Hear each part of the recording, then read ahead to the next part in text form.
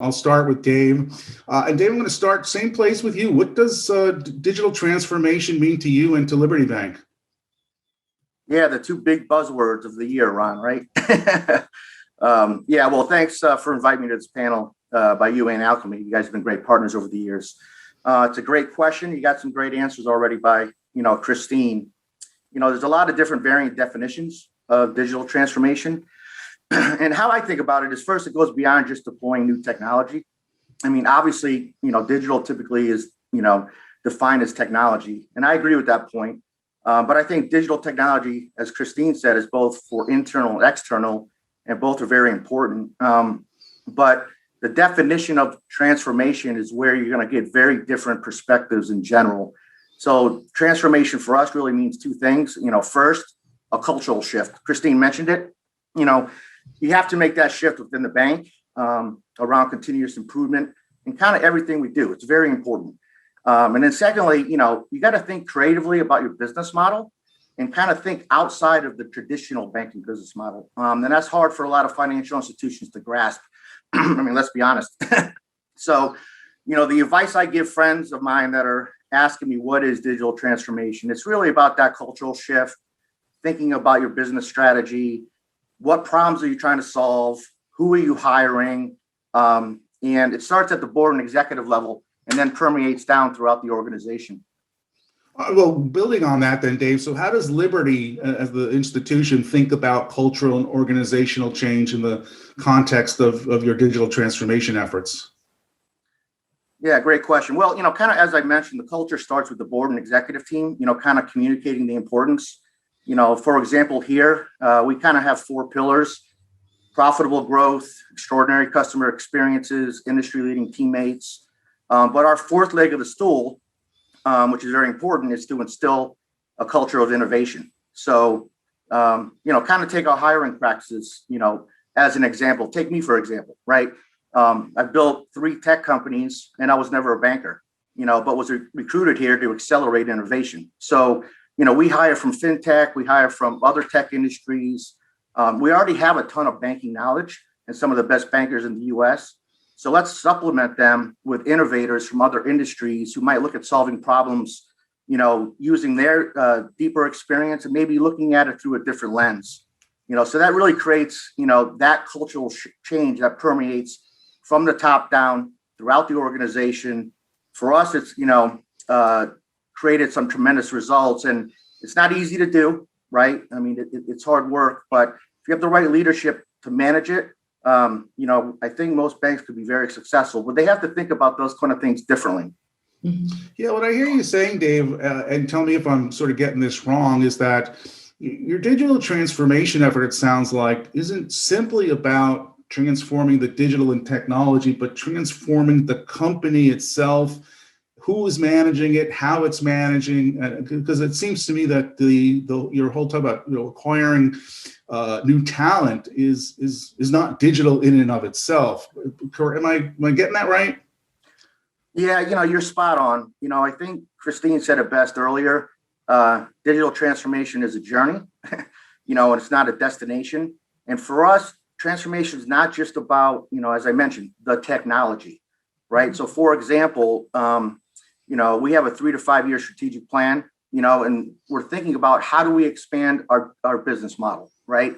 So maybe launching a separate digital bank, i.e. Chime, Marcus, partnering with fintechs or retailers, right? Leveraging our asset, which is our $50 million charter, investing in fintechs, right? And getting a seat at the table, creating national partnerships for payments, et cetera, because, the one thing that keeps me up awake at night, is the challenger banks, big tech, Googleplex, Apple, Facebook, PayPal, SoFi, et cetera. So we have to continually transform. We're lucky enough to be $7 billion in assets, so we're going to, more than hold our own, but we have to pay attention. So it's very important that we stay on top of the market dynamics. Hey, Dave, is digital transformation your bank's strategy, or is the strategy separate and different from your digital transformation initiatives and strategy? Well, like I said, it's instilling a culture of innovation, right? So everyone thinks that upgrading, their online banking and, launching onboarding and they're done, right? So as I mentioned, we have a number of strategic initiatives over the next 3 to 5 years. And COVID actually, Ron, has accelerated pulling those in and launching those faster. So, AI, machine learning, RPA. So, everyone within the organization is touching some sort of, maybe it's not digital. I would rather use the word, innovation transformation, throughout the bank. But we're looking at it not just on the front customer side. We're looking at it internally and externally, because we think you got to do that. You have to be more efficient. I mean, AI, as an example, and especially just around payments and compliance, KYC, AML, authentication, and other forms of data processing, and we think we can just save 25% just in the back office by using AI related tools. So there's all of these projects going on in different areas of the bank. So then how do you manage, from an organizational perspective, the digital transformation strategy? Well, you have to, again, it's part of our strategic plan. So we're very focused, right? We have 85 strategic projects over the next 36 months. No, but Dave, what I mean is there a management structure for the digital transformation? Do you have committees that you set up to do presentations?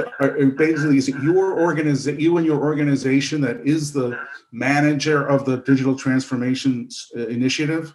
Okay. Yeah. Thanks. Yeah. Yes. That's why they brought me in.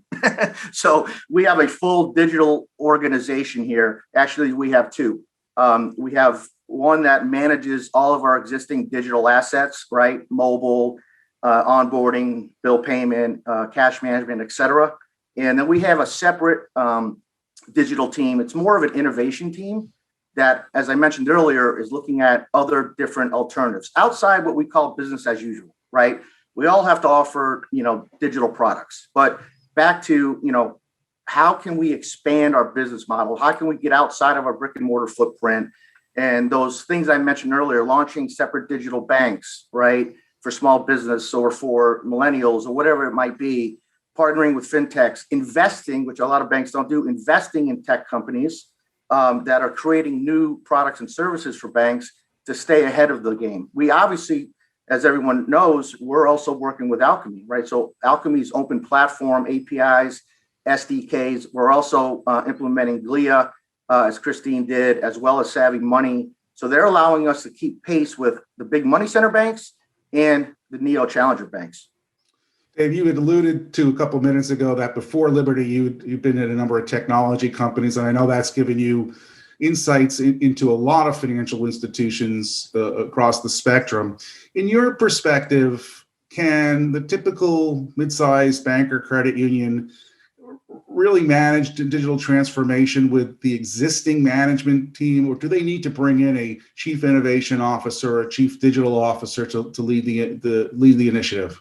So back to my earlier point, I think looking at the way you hire and who you hire and having a team, almost like a SWAT team that is focused on that, regardless of the size of the financial institution, I think is very, very important. It's extremely important here. We're investing heavily in our digital teams and obviously heavily in our all of our digital strategic initiatives. Smaller institutions, I will say, you mentioned something earlier, they have a hard time because most of them are on these legacy cores, right, Ron? And they're encumbered. It's middleware and nothing talks to each other. It's all these things, lipstick on a pig. And it's very hard for them because, a lot of them do lack the talent and a lot of them lack the capital. I mean, there was 20,000 financial institutions in 2008. There's less than 9,000 now, right? So the ones that, it's almost a Kodak moment, right? Or Blockbuster, Netflix, Uber, and taxis. It's like, banks could become a utility if we don't focus every day on digital transformation. Great. Thanks, Dave.